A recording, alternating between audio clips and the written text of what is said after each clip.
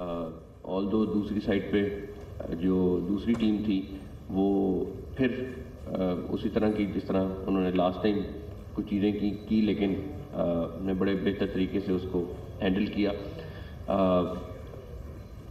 آپ نے پہلے بھی کہا تھا کہ سیاست اور کرکٹ کو علیحدہ علیحدہ رکھنا چاہیے. آپ نے لاسٹ ٹائم بھی جب پاکستان ٹیم کے ساتھ ملے تھے آپ نے یہی بات کی تھی.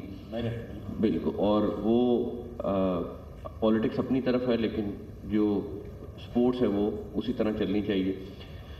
تو کل پھر جس طریقے سے انہوں نے بیہیو کیا یہ تو ہمارے پلیئرز کا ایک صبر کا لیول تھا کہ انہوں نے کہیں پہ کوئی ایسا ریئیکٹ نہیں کیا لیکن وہ پرووک بار بار کرتے رہے اور ایسی چیزیں ہوئیں.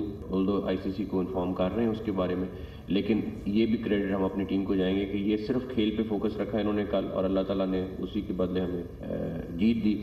تو انشاءاللہ تعالیٰ اس میں سے بہت سارے پلیئر ہیں انشاءاللہ تعالیٰ جو فیوچر میں پاکستان ٹیم کا حصہ بنیں گے.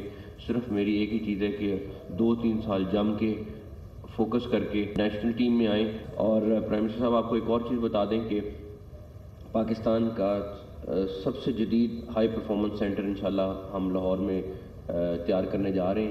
ہمارا ہے لیکن وہ بہت پرانا ہو چکا ہے, اس کی فیسلٹیز بالکل بہت پرانی ہو چکی ہیں.